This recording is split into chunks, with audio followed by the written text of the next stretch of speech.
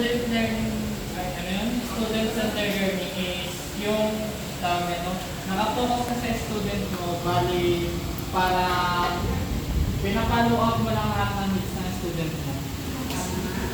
So, before we start our discussion, let's take an activity first. Kindly please make a directed walk. Teacher would love to be your role. Student watches. The player will throw the ball to the red values with different points. Each point has a 4 piece, 1 word. Puzzle that the player needed to answer. So, kailangan na sinabi dito sa direction, ito paper ball, ipapato ko sa inyo. Kasi sino yung makakasalo ng paper ball, siya yung maglalaro ng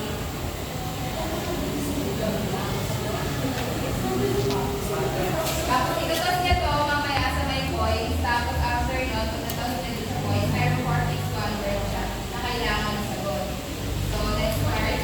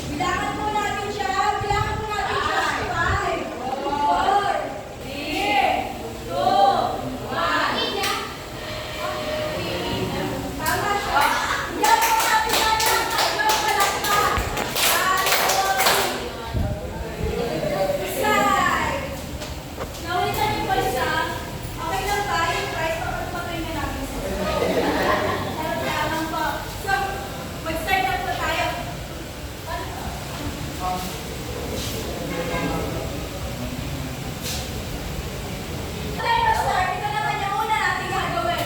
Read the objectives po, kasi yung po yung dapat natin ma-take off the end of the lesson. Knowing po, identify the ways of the internet supports modern learning and education. Yung grade 5, appreciate the role of the internet in promoting lifelong learning. And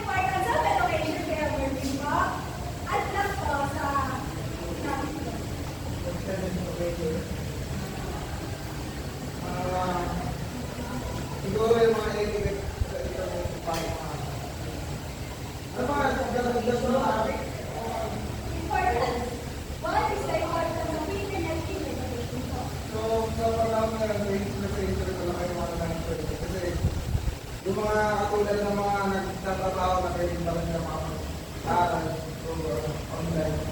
O kaya pag meron mga malamit, hindi pwede rin mag-uwi sa mga Precisely, bigyan mo namin siya ng tatlong palakpak.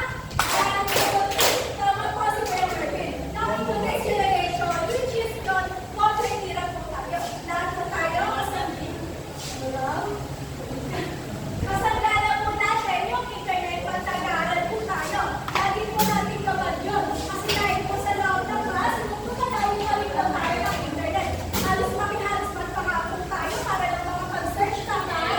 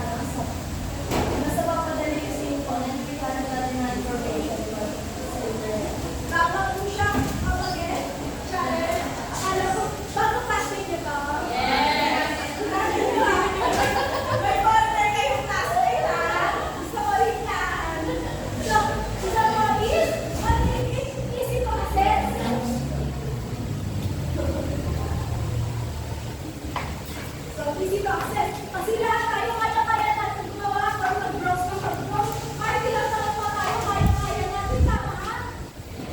So, ang word kayo, wala kayong magawa, nasa-search lang kayo na nasa-search. So, isang po yan, isa, positive effect. Sino nag-aaw? Di ba kayo? Ano magaling? So, positive effect is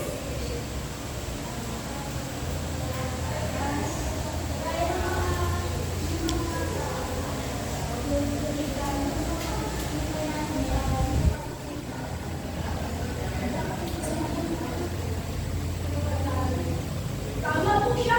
So, pag hindi po kayo nakapag-aral or hindi niyo po kaya mag-provide po na like tulong kayo financially, pwede po kayo matutulong sa internet, tama? Financial Then lastly po is ipapasok po natin yan. Lahat ng mag-isip na ilalagay po. So lastly po is sino kaya nag-tip na yan? Bakit nakaganon? Sige. Positive effect po. Ng internet sa ating community call. Ano po? Community call.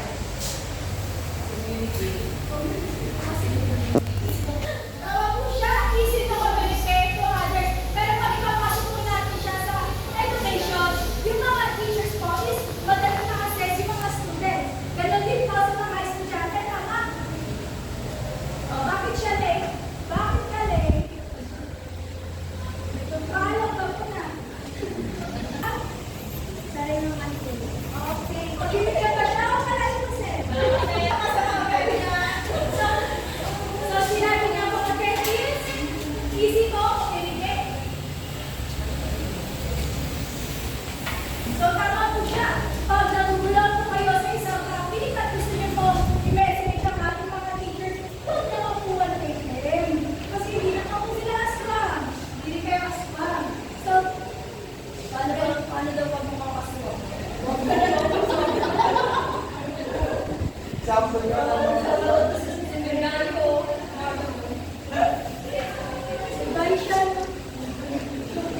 So, easy to communicate again. Mas mapapadali at mas mapapabilis ang pakikipag-komunikasyon natin sa ating mga guro. Ganoon na rin po ang mga guro sa ating mga estudyante. Now, we have distraction, laziness, fake news for negative, and easy to assess financial profit. Easy to communicate to positive naman po. Now, let's proceed to another lesson.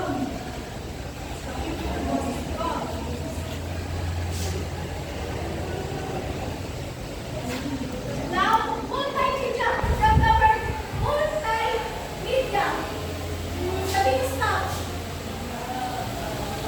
Oh, si Shai. Sila yun na ha.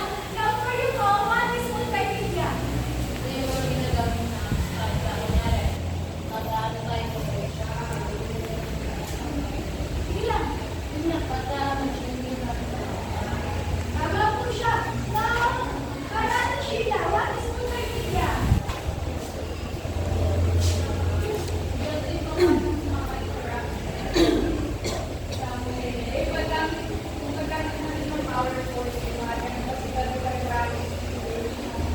Precisely.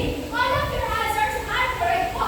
Now, from the word multi, maramihan. Hindi lang po siya sa isa nakafocus. Now, dito po pumapasok yung images, graphics, animation, pictures, etc.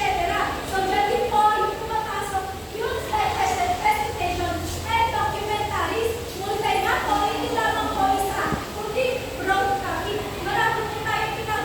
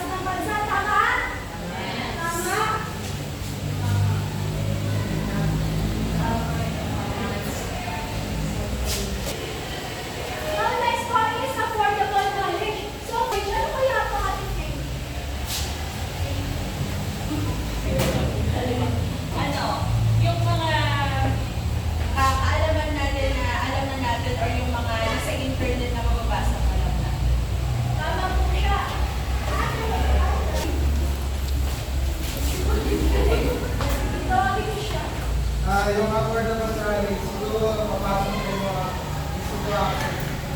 Kasi kung merong mga keyword na alam o merong gusto makasulat, search ka lang. Yes po, iba. Kaya nga sinabi ni Miss Alexander, may mga tao na hindi affordable. Affordable na? Afford yung yung education na kaya. So, meron tayo, pwede natin magamit yung experiment para marami tayo na makakita tayo ng knowledge. Precisely. So, affordable knowledge po, hindi na po natin kailangan magbayad para magkaroon ng kaalaman. Ang galing mo din na alas 8 na. Very good.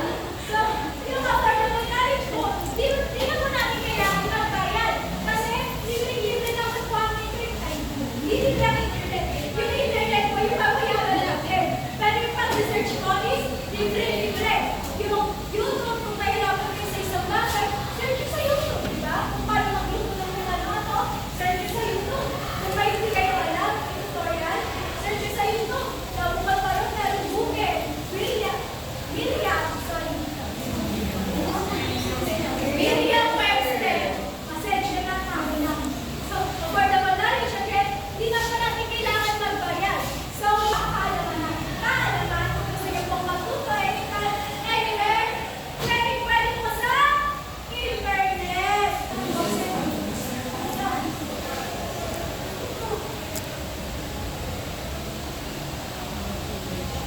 Now, for the last stories, knowledge bracket for education. Yung pinalamin sa ito, kundi yan, lumatang siya. Para may alam siya, makikita lang ng siya. Knowledge bracket for education po. Hindi yung madalo, pero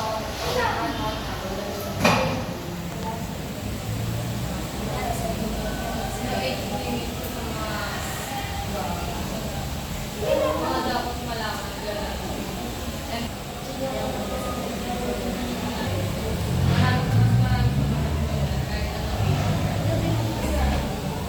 Ito kasi dati, walang age na pinipili. Kung gusto mo mag-aral or gusto mo marunong, pwede ka ulit mag-aral. Tama po siya. Bigyan mo natin siya ng tatlong palakpak. Hindi natin siya sasabihin. Go ahead po. Pagdating daw sa education, no age limit, ibig sabihin, kahit anong edad mo pa, pwede ka mag-aral. For the example na lang dito sa classroom, di ba merong may mga edad na, merong middle, merong mga ano, may mga primary na age. Kaya, for the example na lang, this classroom na lang. Grabe. Tapos pinarong yan sa inyo.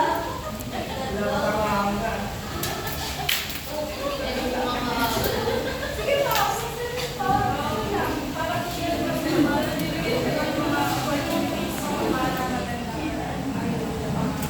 Precisely, bigyan niyo po yung sarili niyo ng tatlong bagsak. All of the answers are correct po. Now, knowledge bracket for education. Lahat po tayo ay kaya-kaya natin mag-aral through internet, tama? Kaya-kaya natin mag-search. Yung mga nanay at tatay niyo, pag nagtatanong sa inyo, huwag naman kayo mag-awit. Galit naman. Si Leka, nagagalit pag nagtatanong.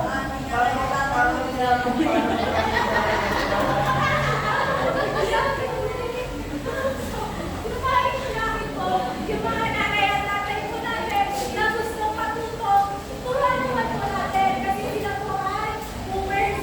Hindi po nila, sige naman po nila to, pero hindi po nila masyado na-busy or hindi po nila masyado. Yes po, may sasabihin po. Sige daw po meron.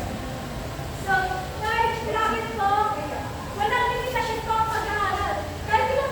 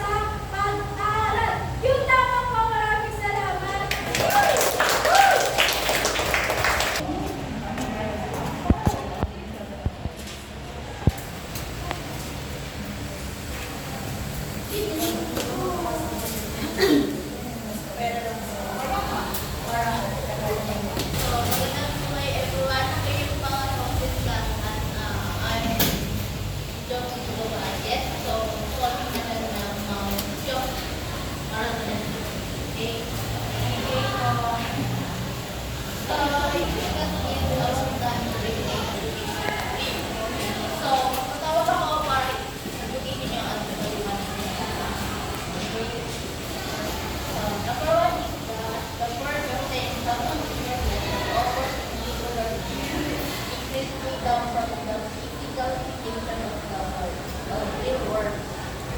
So, opo, ano?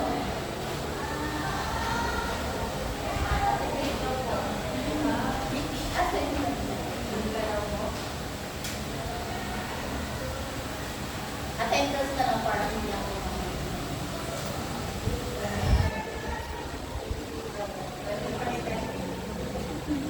Ibigay ng number 16. Ano? 24. Uy, doon.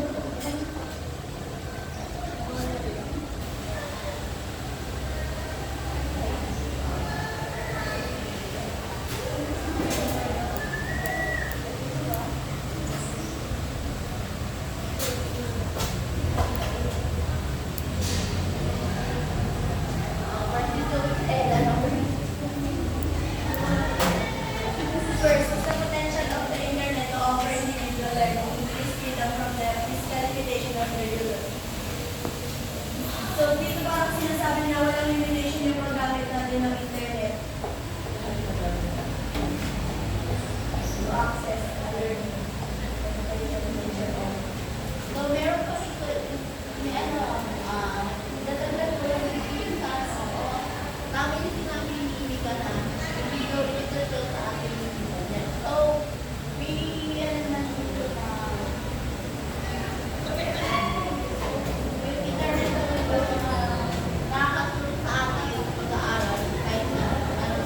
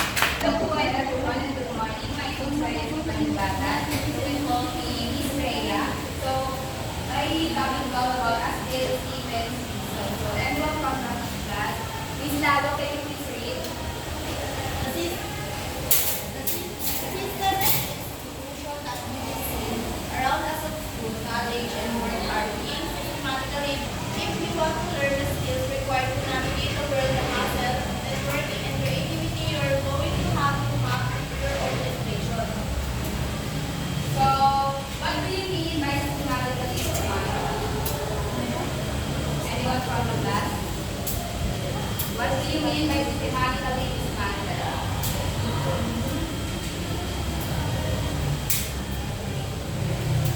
Mr. Gatanara. Yung alin, systematic na yung dismantle. Para sa akin, kumbaga, kung gusto mo magtrabaho, kailangan mo isa-isahin yung mga knowledge na kailangan mo mag-ipunin mo. Kumbaga, kumbaga, di ba, napakaraming education. Kung bali, i-dismantle mo yun, tapos may hindi ka lang sa pag-aaralin mo sa gusto mo makuha ang trabaho. Okay. So, sinasabi dito, sinabi ni Delcy, kung saan yung mga traditional institutions like schools, tapos pagka sa mga lima, sa mga school natin, may work or systematic dismantle. Ibig sabihin, yung mga traditional institutions natin, unti-unti na parang mawawalan ng importansya dahil sa internet na meron na tayo. Kasi diba, tayo, pag gusto natin matuto sa traditionally, pupunta tayo sa eskwelahan mismo, pupunta tayo sa library, pupunta tayo sa mga libro doon, para yung information na gusto natin nakuha, is makukuha natin. So ngayon kasi, nawawalan na siya ng importansya. Kasi mas na, as a 21st learner tayo, mas nabibigyan natin yung importansya yung internet. Kasi, siyempre, example lang natin, makukuha natin yung information na gusto natin makuha. And sinabi rin dito, pagka meron tayong skills na gusto natin matutunan or ma-enhance or ma-improve pa, pag sa gamit ng internet is mas makukuha na agad natin yung mga information na kailangan natin. Halimbawa na lamang isa sa pagluluto. Diba? Pag meron tayong, kahit hindi tayo marunong magluto, search lang natin sa YouTube kung tayo nalagong sa video, kaya nag-process kung paano lutuin yung mga ingredients na kailangan natin. So ito pala, pag ginawa natin yun, sinunod natin yung instruction sa video, is matutunan na tayo kung paano para lutuin yung ano. Ganon. Tapos dito naman ibig sabihin is, you're going to have to hack your own education. Ibig sabihin, ikaw mismo, kung gusto mo matuto, ikaw mismo gagawa ng paraan para matuto ka. Halimbawa na lamang, mayroon kang gustong information na hindi mo alam na gusto mo matutunan. Siyempre, ano bang gagawin mo bilang isang tao na gusto matuto? Siyempre, di ba, dahil ngayon sa internet, onting click lang natin na malalaman na agad natin yung mga information na kailangan natin. So, ayun yung sinasabi ni Delcy Stephen. So, next is the prominent forms of internet-based education. So, what do you mean by internet-based education? Please, Cruz. Para dito ako, yung internet-based education, para lahat nabase, yung education kasi parang lahat, parang nasa lahat sa internet. Tama. So, when we say internet-based education, also known as online learning or e-learning, it refers to learning that takes place over the internet rather than traditional schools. So, dito naman, ibig sabihin nun, is mas, hindi na natin kailangan pa pumunta, diba, sa eskwela para matuto tayo. Kasi, konting search lang natin, may internet lang tayo, malalaman natin natin kung ano mga information na gusto natin makuha. So, the first one is the internet and the increased individualization of education. So, do you have any idea kung ano yung sinasabi dito sa the internet and the increased individualization of education? So, Mr. Brad. Pagkatulong sa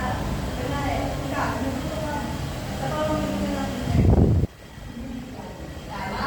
So, dito sa sinasabi dito sa internet and the increased individualization of education. Ibig sabihin, di ba? Kasi nga, dati na traditionally, pupunta tayo mismo. Marami tayong makakasama para matuto. Kasi meron tayong teacher na magtuturo. So, dito, from the word individualization, ikaw mismo sa sarili mo, kahit nasa bahay ka lang, kahit nasaan ka pa, or kahit anong oras pa yan, pag gusto mong matuto, isang click mo lang, malalaman mo na agad yung mga information na gusto mong matutunan. So, yun yung sinasabi dito. So, next is the internet and the growth of data-driven education. So, pag sinabi naman natin dito sa internet and the growth of data-driven education,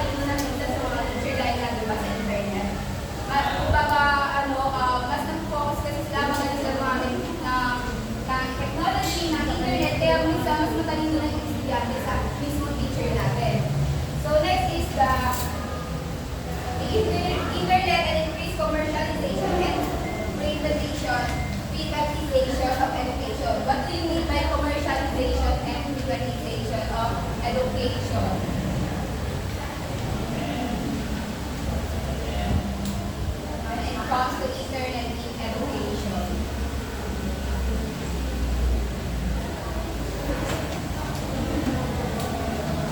Delikado. What do you mean by commercialization when it comes to internet? Ito yung mga ads na lumalabas sa mga sa video sa YouTube. Okay, meron pa? So, dito naman kung sinabi natin commercialization, syempre, ay mga gano'n, di ba? Kumbaga, kasi karaniwan ngayon kasi, pag matutulog tayo, di ba minsan kasi mayroong mga tutor na online tutor, gano'n. So, dito na-acquire tayo ng product o ng service ng isang tao para bayaran natin, para matuto tayo. Dito na papasok yung sa privatization of education, ibig sabihin mga private sectors, like mga private schools. Di ba minsan kasi yung mga eskwelahan na yun, nag-acquire sila na yung mga teacher pwede mag-tutor sa isang estudyante. So, halimbawa na lang, dito papasok sa online learning, sa online classes. Di ba minsan, pag meron tayong gusto matutunan, meron tayong tutor o mismo mga teacher, kasi yung teacher na yun, binabayaran natin. Doon na papasok, kaya meron tayong commercialization. Kasi nagbabayad tayo ng service na binibigay sa akin mismo ng ibang tao from gamit ng internet. So next is the internet and the changing values of education. So ito naman sa the internet and changing values of education, ibig sabihin dito kasi dahil sa internet mas naiiba na yung pangalagaan ng education. Diba dati kasi mas paano tayo sa hands-on experience when it comes to education kasi traditional na yung way. So dito naman sa the internet and the changing values of education, dahil sa internet mas halimbawa dati kasi mas mahalaga sa atin yung diploma. Diploma talaga kaysa sa mga kaalaman or information na makukuha natin pag nag-aaral tayo. Pero ngayon dahil sa internet, mas mahalaga na sa atin yung kaalaman na makukuha natin kaysa yung diploma. Di ba mga karaniwan na may mga estudyante na nag-i-stop na sa pag-aaral. Dahil hindi naman na sila mismo, may ibang estudyante na nag-i-stop sa pag-aaral dahil mas para sa kanila, nakukuha naman na nila yung mga information na gusto nila makuha through internet and other platforms na magagamit nila. So, ibig sabihin dito, from diploma, mas pinapahalaga nila yung mga experience na makukuha nila. So, dito naman sa internet and changing values of education, dito rin papasok, syempre, mas nagiging kasi, mas bumababa na yung pagpapahalaga natin na it comes to education. Dati kasi, mas nag-spend tayo ng time para matuto, pupunta tayo sa eskwelahan para matuto, pupunta tayo sa library para hanapin yung mga information na gusto natin mahanap. Pero ngayon, dahil sa internet, di ba, kahit nasa bahay lang tayo, search lang natin, makukuha na agad natin yung mga information na makukuha, na gusto natin makuha. So, again, what we mean by internet-based education is iglesia.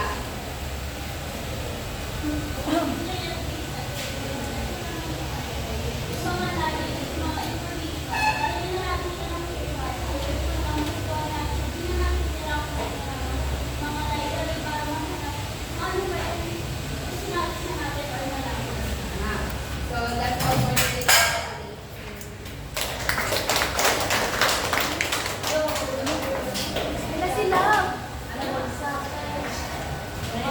Everyone. So I am the last reporter from our group. So kasi ito po tayo sa role of internet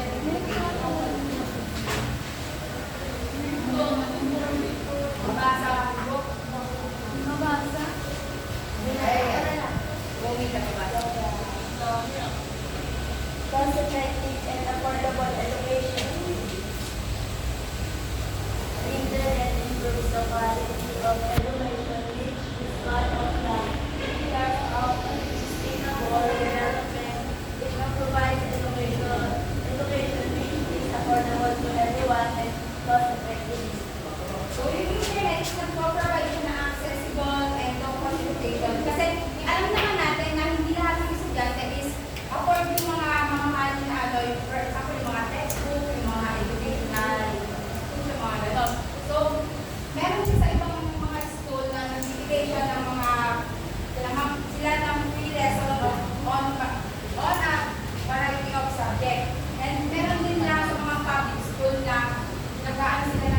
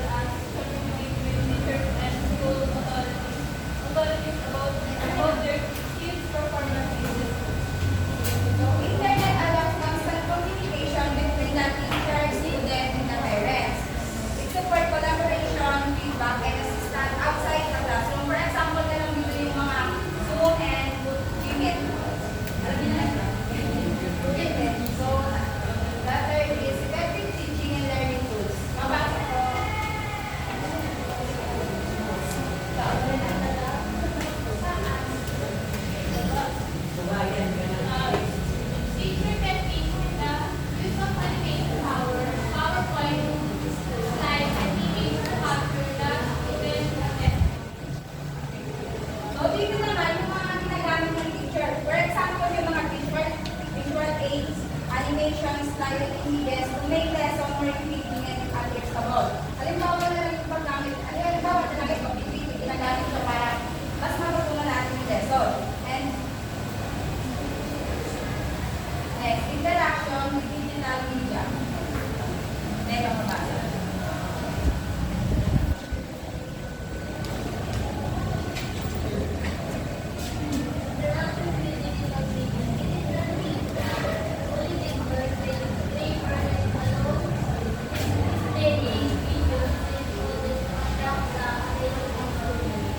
So, digital tools reduce paper use and make learning more dynamic by incorporating audio and audio content. So, dito naman, for example na lang dito sa Bestie. So, mag-aano sila ng digital bulletin boards for announcement or sa mga project na gusto nilang ipatupad. Then, ang five,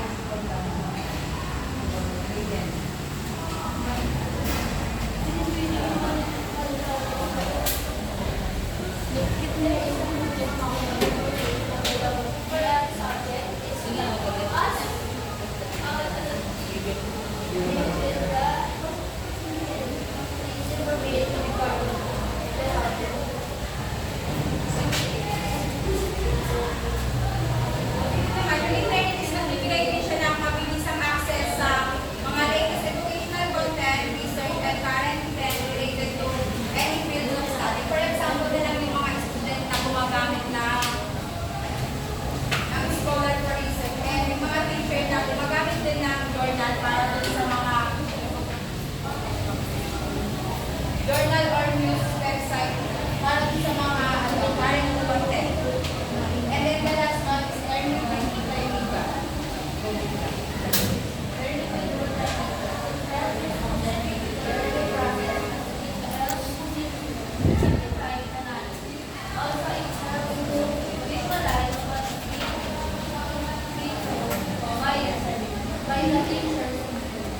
So, dito na lang, multimedia content like video animation and interactive pieces improve understanding by making lesson more visual and engaging. So, dito rin is for example na yung mga interactive math games sa problem solving.